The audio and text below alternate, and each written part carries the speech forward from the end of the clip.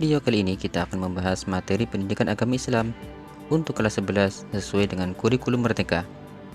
Bab yang kedua yaitu bukti beriman, memenuhi janji, mensyukuri nikmat, memelihara lisan, dan menutup aib orang lain. Pembahasan materi pada bab ini ada beberapa hal yang akan dibahas. Yang pertama yaitu memenuhi janji. Kemudian yang kedua, mensyukuri nikmat. Yang ketiga, memelihara lisan. Dan yang keempat, menutup aib orang lain. Kita akan membahasnya satu persatu. Yang pertama, memenuhi janji. Padanan kata janji dalam bahasa Arab adalah akad. Melalui kata ini muncul kata yang sering kita dengar, yakni akad, akidah, atau akad nikah. Menurut bahasa, akad berarti perjanjian atau ikatan yang kuat. Jadi memenuhi janji merupakan kewajiban dan menjadi tanda orang itu beriman atau tidak. Itu sebabnya jika dikaitkan dengan makna bahasa, maka janji itu harus ditepati dan dipenuhi. Jenis-jenis janji. Yang pertama, janji kepada Allah. Kemudian yang kedua, janji kepada sesama manusia. Janji kepada Allah Subhanahu wa taala. Allah berfirman dalam Al-Qur'an surat Al-A'raf ayat 172. Bismillahirrahmanirrahim. Wa idh akhadha rabbuka min bani Adama min dhuhurihim dhurriyyatahum ashhadahum ala anfusihim alastu bi rabbikum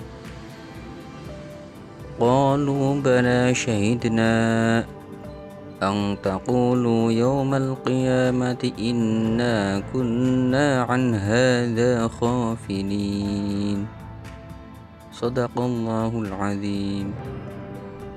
Artinya, dan ingatlah ketika Tuhanmu mengeluarkan dari sulbi atau tulang belakang anak cucu Adam, keturunan mereka, dan Allah mengambil kesaksian terhadap roh mereka seraya berfirman, bukankah aku ini Tuhanmu? Mereka menjawab, betul, engkau Tuhan kami.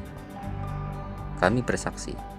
Kami lakukan yang demikian itu agar di hari kiamat kamu tidak mengatakan, sesungguhnya ketika itu kami lengah terhadap ini.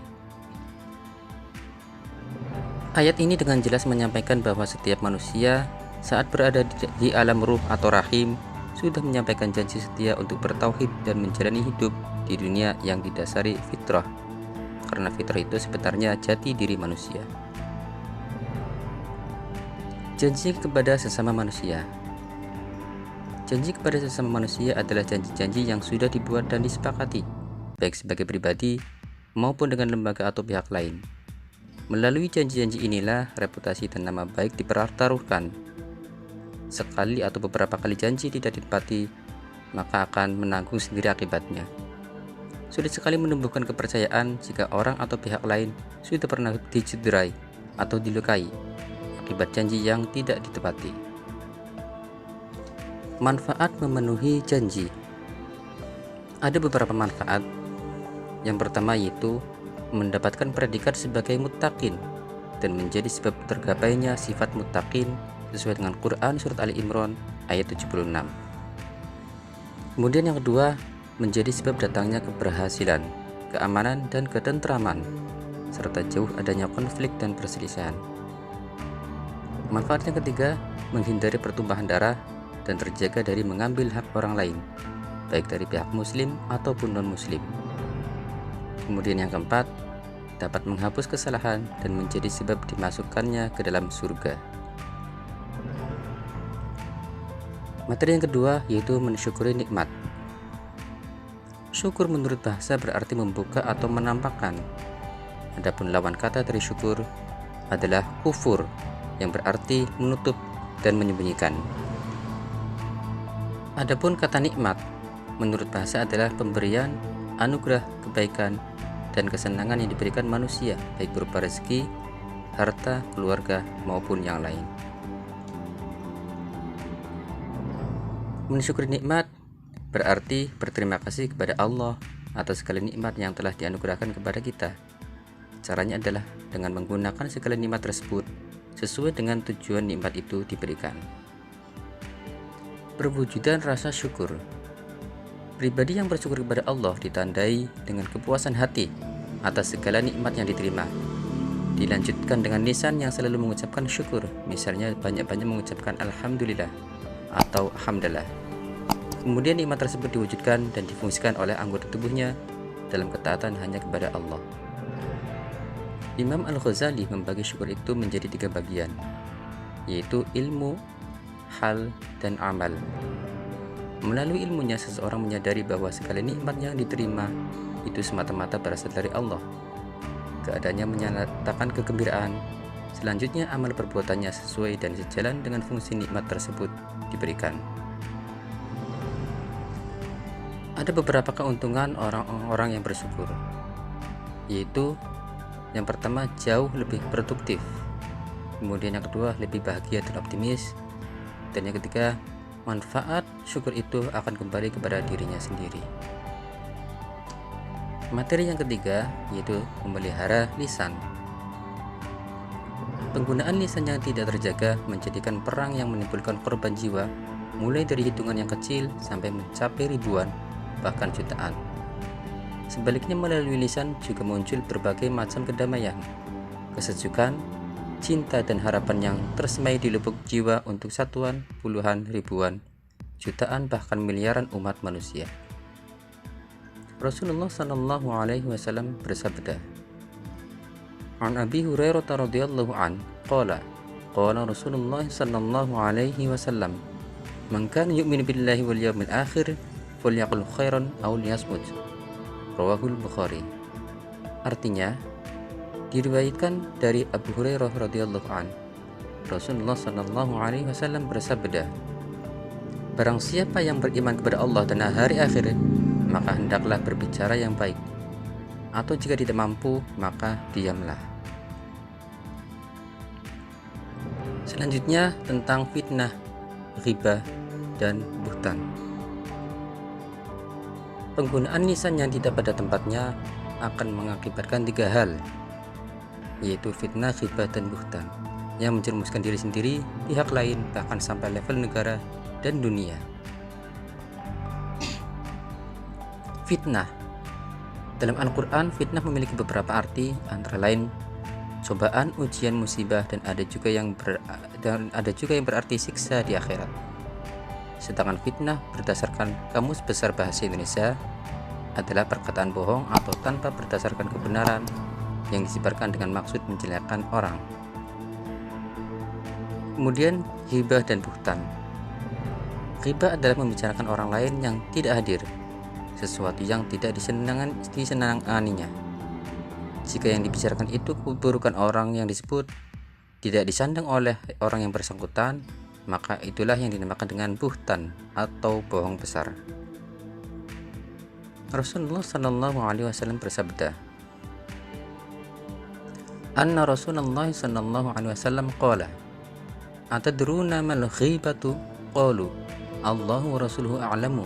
Qala, dzikruka akhaka bima yakrahu. Qila, afra'aita in kana fi akhi ma aqulu? Qala, in kana fihi ma taqulu faqad ikhtabtahu wa in lam yakun fihi faqad bahatta."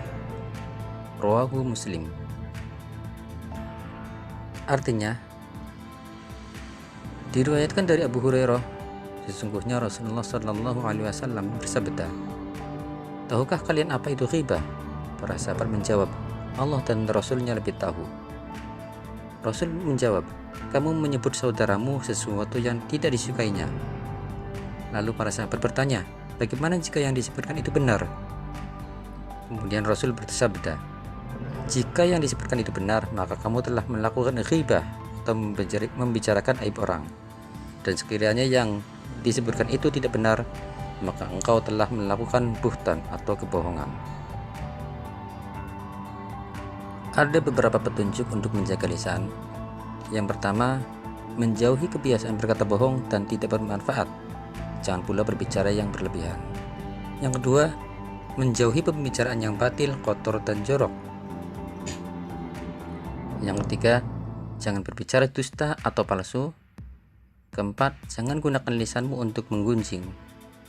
5. Jangan berkata kasar. Jauhi pula melakukan celaan dan melaknat orang lain. Kemudian yang keenam, jangan mengadu domba dan jangan pula mudah marah.